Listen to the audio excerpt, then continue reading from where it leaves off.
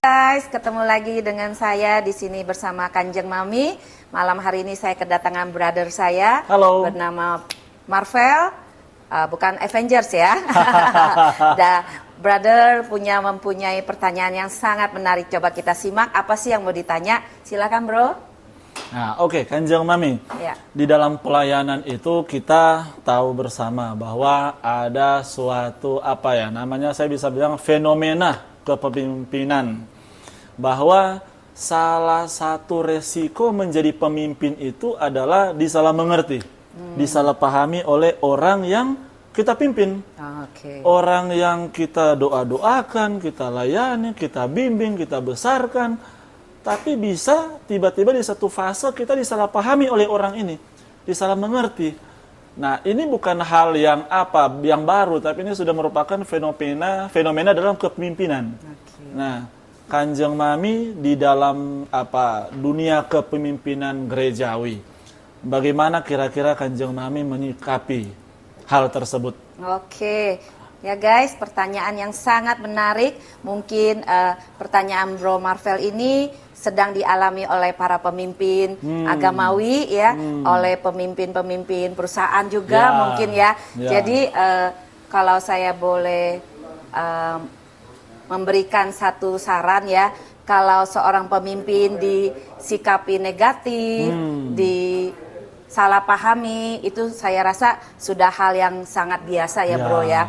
Karena dunia ini kita boleh jujur kata nggak ada yang perfect ya, nobody perfect. Kesempurnaan hanya milik Tuhan ya. Jadi kalau ada mungkin ada teman Bro Marvel ataupun teman-teman yang menyaksikan video ini mengalami disalahpahami oleh teman-teman, oleh lingkungan ya. Ayo kita belajar bijak ya bro. Karena kita belajar, saya berbicara tentang agama ya. Kita belajar dari tokoh-tokoh di Alkitab ya bro. Contohnya ya, Nabi Musa, dia juga pernah melakukan kesalahan. Betul. Dengan membunuh salah satu orang Mesir, ya. Tapi sekalipun dia melakukan kesalahan, tetap Tuhan pakai. Betul. Ya kan?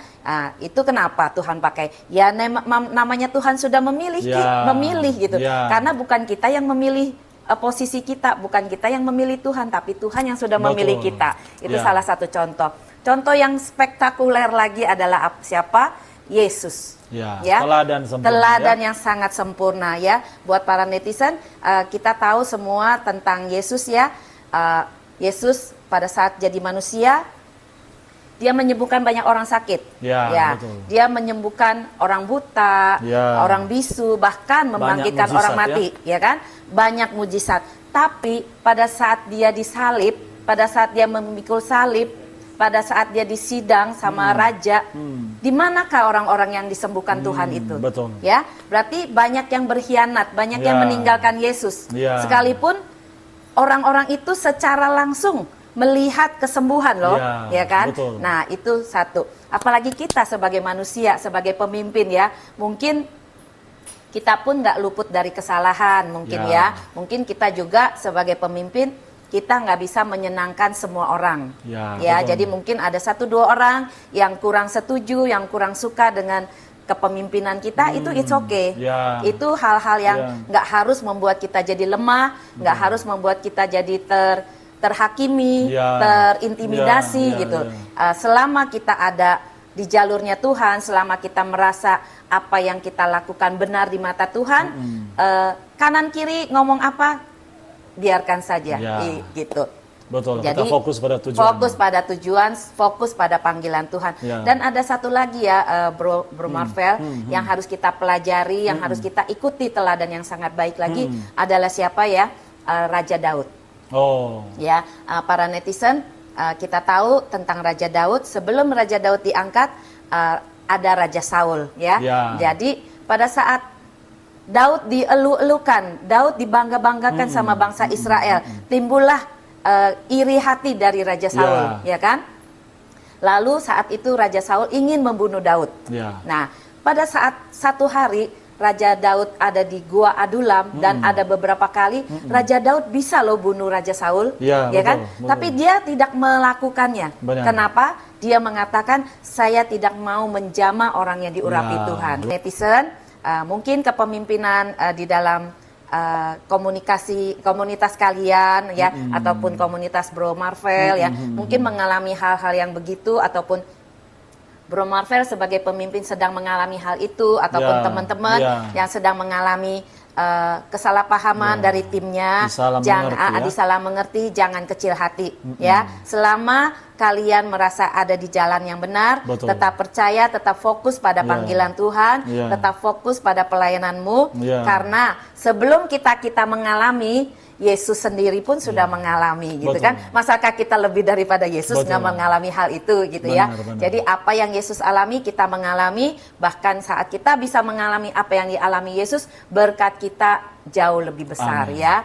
Oke, cukup bro. Puji Tuhan, luar biasa jawaban yang sangat lengkap. Oke guys, jadi ya para pemimpin jangan kecil hati. Satu kali lagi saya katakan jangan kecil hati.